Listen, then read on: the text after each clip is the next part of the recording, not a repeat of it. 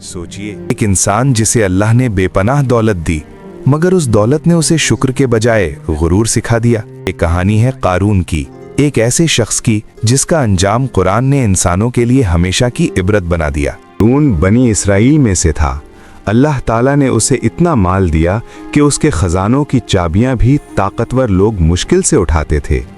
ये सब अल्लाह का फजल था, एक इम्तिहान।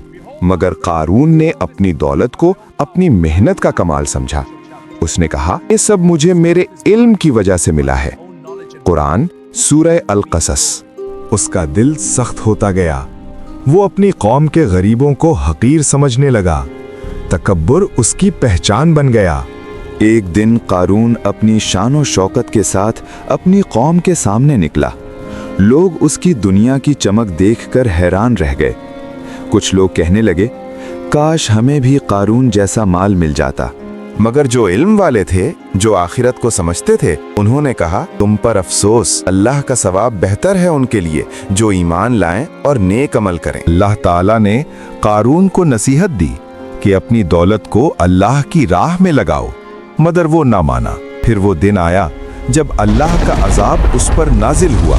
कुरान बताता है, अल्लाह ने कारून को और उसके घर को जमीन में धंसा दिया।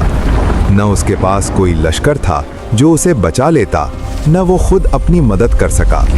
वो लोग जो कल उसकी दौलत पर रश्क कर रहे थे, आज कह रहे थे, हाय अफसोस।